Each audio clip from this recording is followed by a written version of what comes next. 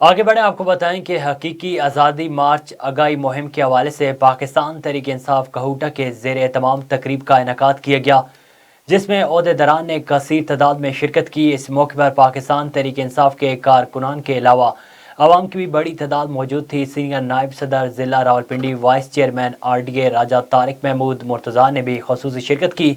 اس موقع پر انہوں نے حقیقی آزادی مارچ کے اغراض و مقاصد اور انتظامات پر روشنی ڈالی۔